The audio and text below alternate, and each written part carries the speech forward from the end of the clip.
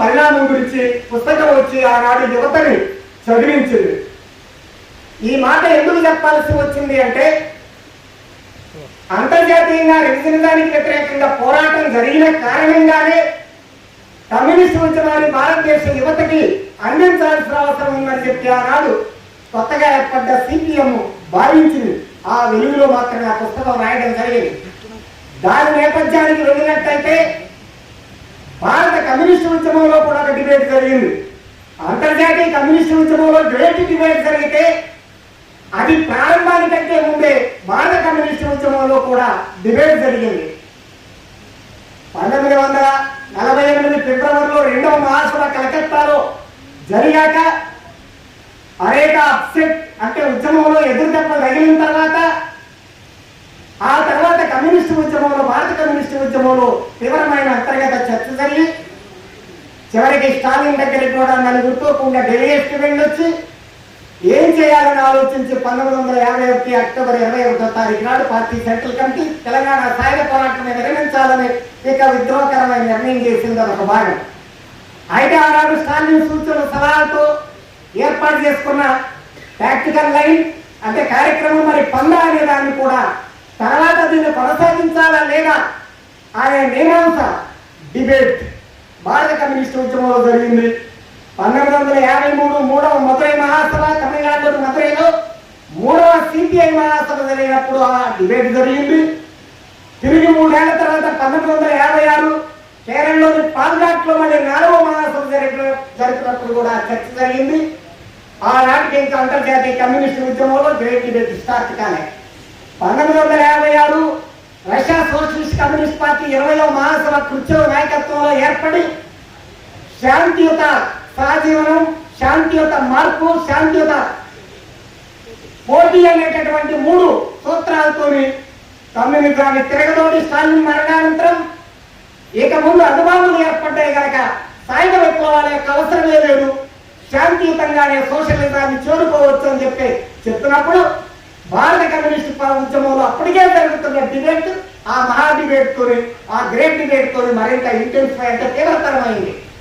అది 1958లో 13 రోజులు ప్రత్యేక మహాసభ పంజాబ్లోని అమృత్సర్లో 5వ అఖిల భారత సిపిఐ మహాసభ జరిగినప్పుడు ఆ 2 పందాల మధ్య పోరాటం అనేది తీవ్ర రూపం ధరించింది.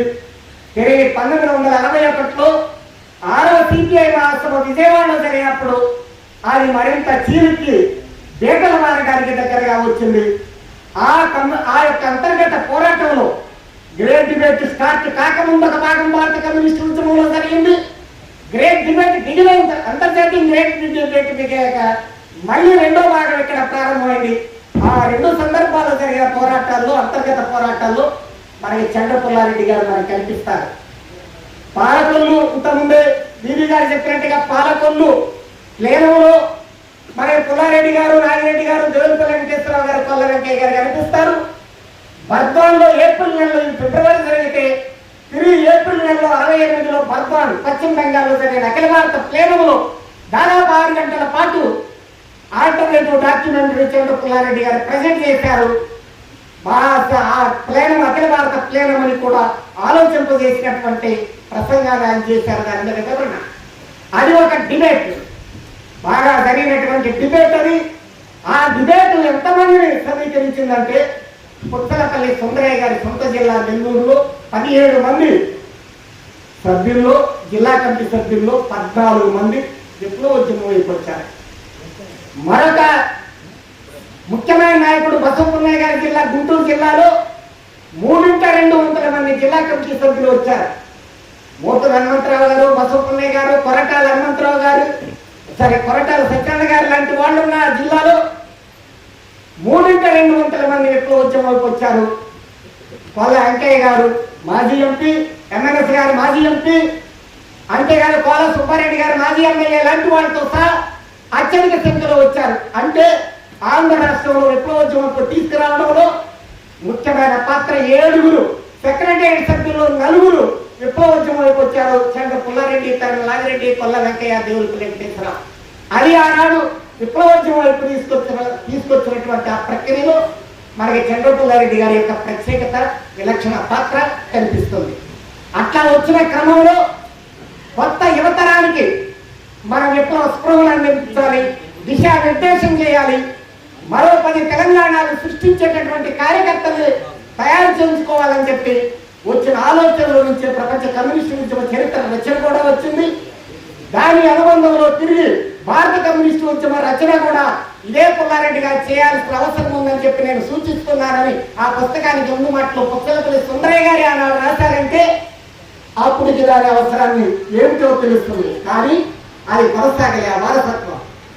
అదే ముఖర్జీ బంగ్లా కాంగ్రెస్ నుంచి చీలిపోయిన వాళ్ళు ఒక ప్రభుత్వాన్ని, సంకీర్ణ ప్రభుత్వాన్ని బెంగాల్లో ఏర్పాటు చేస్తే దాంట్లో చేరి హోమ్ మినిస్టర్ గా జ్యోతిబాసు కూడా హోమ్ మినిస్టర్ బాధ్యత తీసుకొని కలకత్తాలో నవంబర్ 7వ తారీఖు రష్యా విప్లవ దినోత్సవం 10 లక్షల మంది కవాతు వచ్చిన ప్రదర్శన అనంతరం వేరే తెలంగాణను సృష్టించాలని చెప్పి ఈ సభ ఎన్నికల దానికి వ్యతిరేకంగా ఆవిర్భావ మహోత్సవం జరిగిందని ప్రకటించిందో ఆ లక్ష్యంతో కాకుండా బూర్జువా ప్రభుత్వాలతో సంకీర్ణ ప్రభుత్వాలు ఏర్పరచుకున్న సమయంలో నక్సల్బరీ ప్రారంభమైంది.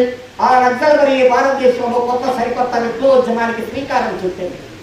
ఒక సాయుధ విప్లవ మార్గానికి ప్రత్యామ్నాయం ఉంది అని చెప్పింది. అందుకనే మనం ఇక్కడ పుల్లారెడ్డి గారిని స్మరించుకోవడం అంటే విప్లవోద్యమాన్ని స్మరించుకోవడం. ఇవాళ కొన్ని ఎదురు డబ్బులు దగ్గర మాట వాస్తవం. ఒకవైపున ఏదైతే అతివార పందా అని ఆనాడు భావించామో అది కూడా విఫలమైన పరిస్థితి. ఏదైతే రివిజనిజం, న్యాయ రివిజనిజాలు ఉన్నాయో మాది మాత్రమే నిజంగా మేము శాంతియుతంగా అధికారాలకు తెస్తాం ఈ పార్లమెంటరీ ద్వారా అన్నారు. అది కూడా వాళ్ళు అప్సెట్ అయింది. వాళ్ళ బీఆర్ ఎన్నికల్లో జరిగిన బీఆర్ ఎన్నికల్లో పార్లమెంటరీ లెఫ్ట్ కూడా ఎంతో చిత్తుగా దెబ్బతిన్నదో మనం చూసాం. అదేవిధంగా ఒక సరి అయిన విప్లవ పందా నిర్మించుకోవాలని ప్రయత్నం చేసిన పార్టీలు కూడా, ఈవెన్ మన పార్టీ లాంటి పార్టీలు కూడా తగిన విధంగా విప్లవోద్యమాలు నిర్మించి యువతని ఆకర్షించగలిగే పరిస్థితి లేదు. ఇవి ఒక రకంగా శూన్యత అని మనం చెప్పం కానీ, వ్యాక్యూమ్ ఏర్పడిందని మనం చెప్పం కానీ, ఒక సెట్ బ్యాక్, ఒక బ్లో దెబ్బతిన్నటువంటి పరిస్థితులే కూడా. కానీ ఇది ఇలా ఉండదు. విప్లవోద్యమాలు అప్పుడప్పుడు స్తబ్దత గురైతే కానీ స్తంభన గురిగావు. స్తబ్దత వేరు, స్తంభన వేరు. ఒక ప్రవాహం ఎప్పుడు కూడా స్తంభించిపోదు. ఒక్కొక్కసారి ఆనకట్ట కంటే కొద్దిసేపు నీళ్లు వెల ఉంటే ఉండొచ్చు. లెనిన్ ఒక సందర్భంలో చెప్తాడు, ఏళ్ల తరబడి జరిగిన మార్పులు ఒక్కొక్కసారి నెలల్లో వస్తాయి, ఒక్కొక్కసారి వారాల్లోనే వస్తాయి. ప్రపంచాన్ని కుదిపివేసిన 10 రోజులను మనం చూస్తే లేదా రష్యా విప్లవ దినాన్ని కనుక మనం అధ్యయనం చేస్తే ఏళ్ల తరబడి జరిగిన మార్పులు కూడా వారాల తరబడి జరిగే మార్పులు ఉన్నాయి. ఇంతకుముందే పటోలీ గారు చెప్పినట్టుగా 3 వైవిధ్యాలు ఏకకాలంలో ప్రపంచంలో సమాంతరంగా తీవ్రతరమవుతున్న కాలం. ఒకప్పుడు 3 వైవిధ్యాల్లో ఒకటి ముందుంటే 2 వెనక సీట్లు, వెనక బెర్తుల్లో ఉండేవి. ఇవాళ క్యాపిటల్ అంటే శ్రమశక్తికి పెట్టుబడికి మధ్యన వెనకబడ్డ పీడిత దేశాలకి మరియు సామ్రాజ్యవాదానికి మధ్య, మరి సామ్రాజ్యవాద శిబిరాల మధ్యన 3 వైవిధ్యాలు కూడా సమాంతరంగా తీవ్రతరమవుతున్న దశ ఇవాళ మనకు కనిపిస్తున్నది. ఒకనాడు భారతదేశ యువతని రండి అని ఆహ్వానించినటువంటి యూరప్, అమెరికాలు గెట్అవుట్ అంటున్నాయి. ఒకనాడు వాళ్ళ యువత, వాళ్ళ టెక్నోక్రాట్స్, బ్యూరోక్రాట్స్, అడ్మినిస్ట్రేటర్స్ ఇండియా లాంటి దేశాలకు వలసలు వచ్చారు.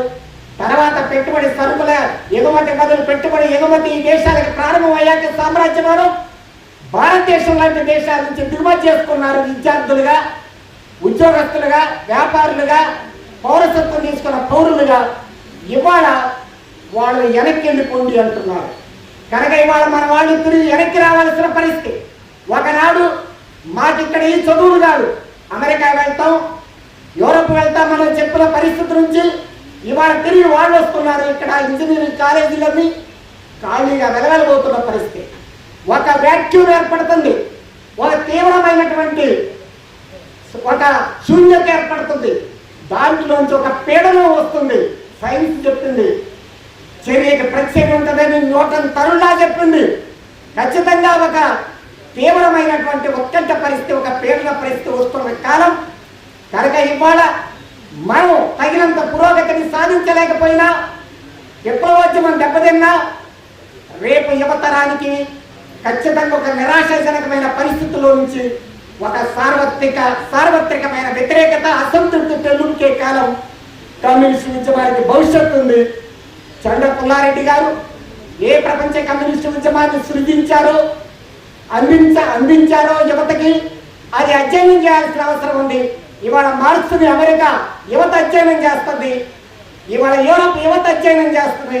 కనుక తిరిగి అధ్యయనం చేయాల్సిన అవసరం, దాని బాటలో ప్రయాణం చేయాల్సిన అవసరం కూడా, చారిత్రక అవసరం కూడా ఏర్పడుతున్న కాలం. మన మీద ఉన్న బాధ్యత ఏమిటంటే, మనం ఇవాళ కొద్ది మంది కావచ్చు, సమాజంతో జనాభాతో పోలిస్తే, జనసాంద్రతతో పోలిస్తే మనం పిడికడ మంది. నిజంగా నిర్భయంగా ఒప్పుకోవాల్సిన బాధ్యత మన మీద ఉంది. కానీ ఒక నిప్పురవ్వ మహాత్మి జ్వాలను సృష్టిస్తుంది అనుకూలమైన పరిస్థితుల్లో పడితే. అననుకూలమైన పరిస్థితుల్లో పడితే కాదు, మావు చెప్పినట్టు. కనుక అలాంటి అనుకూలమైన, భౌతికంగా అనుకూలమైన పరిస్థితులు ఏర్పడుతున్న కాలంలో మనం విత్తనాల కింద పాత్ర పోషిస్తే సారవంతమైన నేల అవతలు తయారవుతుంది. విత్తనాల్ని మన వెదజల్లగలిగే పరిస్థితి మనం ఉంటే ఒక మహా విప్లవోద్యమాన్ని, మహా సమర్శల ఉద్యమాన్ని నిర్మించుకునే అవకాశాలు మనకున్నాయి. అలాంటి అవకాశాలను చండ పుల్లారెడ్డి గారు 41వ వర్ధంతి సందర్భంగా విప్లవ స్ఫూర్తిని ముందుకు తీసుకెళ్దామని చెప్పి ఆశిస్తూ ముగిస్తున్నాం.